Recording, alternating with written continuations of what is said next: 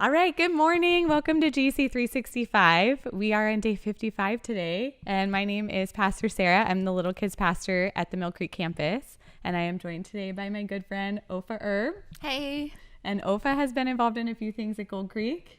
Yeah, I was part of Mothers of Preschoolers group here and also the small groups. Yep, that's how we met, and I'm so grateful. I remember signing up then. There was like tables and tons of sign-up sheets, and it was pretty overwhelming. You're like, which day, what time, with kids, without. And then there was this guy behind the table, and he goes, "This is my group." I'm like, well, now that's the group I'm signing up for, because I'd feel pretty awful if I didn't. So I signed up for his group, and then that's how we met, and I'm so glad. Yeah, more than 5 years now. It's been a long time. Since then. And then she complimented my shoulders, and then we were best friends. That was it, starting a friendship. We went shopping a lot of times, and we both bought this wall art that we both have in our house now, and some of you might even have it at home. But it says, all I need today is a little bit of coffee. And a whole lot of Jesus. So we've got our coffee today. We've got our Bibles on our phone, on our YouVersion app, and we are ready to get into today's reading. Or maybe we're ready. What was your reaction when I showed you today's reading? I mean, I was like, do we have to do this passage? It's a lot of discharge. Yeah, bodily discharge. It's not the most exciting thing to talk about. I have 2 preteens at home, and I've already had to start having conversations about what's going to happen with their body. So when I saw this, I was like, of course, I would have to talk about this. I'm going to make this as PG as possible. That's what Disney's rated, right? Well, the Bible's not Disney rated, No. so let's talk about it. Yeah, not at all. We've learned that a few times now. But I'm going to do my best to put this in PG language. So we see that the Lord told Moses to give these instructions to the people of Israel regarding cleanliness and purification. So we learn that when a man and a woman play together and have a lot of fun and make a mess, that they then have to clean up and go in timeout for a day, and then they have to go get purified.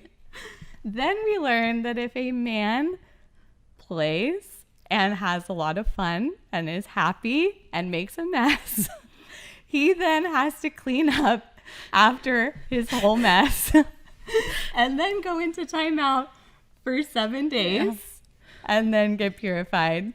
And a woman, when she is on her bicycle for a week and makes a mess on her bicycle, has to clean up the mess that she made and everywhere she went on her bicycle. And then she has to go in timeout for 7 more days. That does not feel fair, I'm just saying. And then she has to get purified. So this passage made me especially grateful for Jesus, because we don't have to go through all of that. Mm-hmm. What did you think about Leviticus? I mean, I was just thinking, like, how disciplined were they? The self-control. They had to be so organized and schedule everything, not only their daily routine, but also their marital stuff, you know? Yes. So that they can be able to go and worship. Or did they just have to skip church a lot?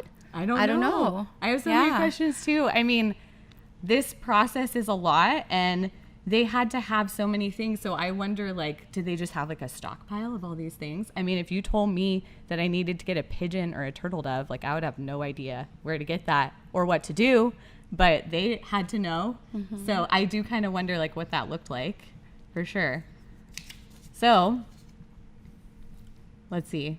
Today's reading in Leviticus definitely helped me to better understand our New Testament reading today, which was in Mark. And we go to the Pharisees and the cleanliness, right? And now we've kind of seen like where this maybe came from and got passed down from generation to generation. And it seems so silly at first when we read this, and how angry they got with the disciples about not washing their hands.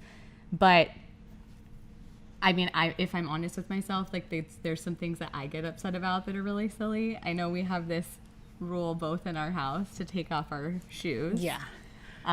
For me, it's because I have a 20-month-old at home, and she's like a little human vacuum. So everything, you know, just gets picked up and mostly put in her mouth, which is gross.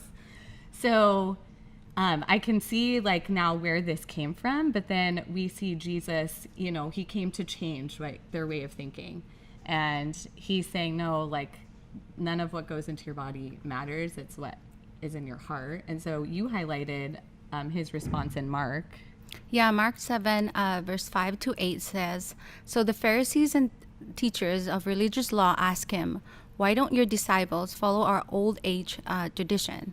They eat without first performing the hand washing ceremony.' Jesus replied, 'You hypocrites, Isaiah was right when he prophesied about you, for he wrote, "These people honor me with their lips, but their hearts are far from me. Their worship is a farce, for they teach man-made ideas as commands from God. For you ignore God's law and substitute your own tradition.'" Yeah. Yeah, absolutely. I think it's really convicting because we all can get upset about things that are really end up just being so meaningless. And so it's that reminder that the anger, frustration I have with others, that's the part Jesus is saying I need to clean. So, and to work on that and to work on my heart. He talks about it in verse 20 to 23. And he says, "It is what comes from inside that defiles you. Far from within, out of a person's heart, come evil thoughts, sexual immorality, theft, murder, adultery, greed, wickedness, deceit, lustful desires, envy, slander, pride, and foolishness. All these vile things come from within. They are what defile you." So it's just that important reminder to focus on like inside, and you're going to get upset, but to work on cleaning that part of you and to make that the priority. So Psalms was really good today too. What did you highlight in Psalms? Yeah, I highlighted Psalm 16, 40, 16. It says, "But may all who search for you be filled with joy and gladness in you. May those who love your salvation repeatedly shout, 'The Lord is great.'" Yes. This is a great reminder, especially in this weird time. I just hope that if you're reading the Bible now, to continue that and seek him and look to him for the true joy, because it's from him. Yes, absolutely. I mean, shout out the Lord is great, like especially right now, right? I mean, everyone's looking for something.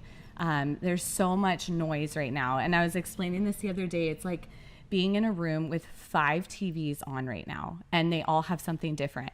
There's so much being said and so much going on, and we're trying to hear, like I'm trying to hear from God through all of it, right? So finding a way to get into his word and to hear from him, and have that be your true joy, because when we do that, then other people searching are like, yes, like I need that.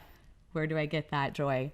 And then we both highlighted the same thing in Proverbs. Yeah, Proverbs 10:13 says, "Wise words come from the lips of people with understanding, but those lacking sense will be beaten with a rod." So let's keep reading so that we can gain more understanding. Yes, Yeah. absolutely. I thought that I would only get something from the Bible the first year I read it. Like, oh, I'd read it the first time and I get so much out of it, and then I'd just be rereading it.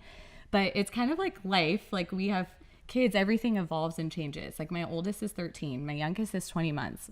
My life is so different now than it was when my son was little, and what I'm going through is different. And so what I get out of the Bible is different every single year, depending on what I'm going through. That's what I love the most about reading it year after year. So hopefully you guys stick with it this whole year, and then even in future years, because I know I've gotten so much different out of it every single year.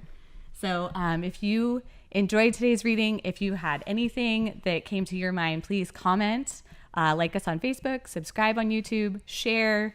Thank you for joining Ofa and I today. And hopefully you get a little bit of coffee and a whole lot of Jesus. Cheers.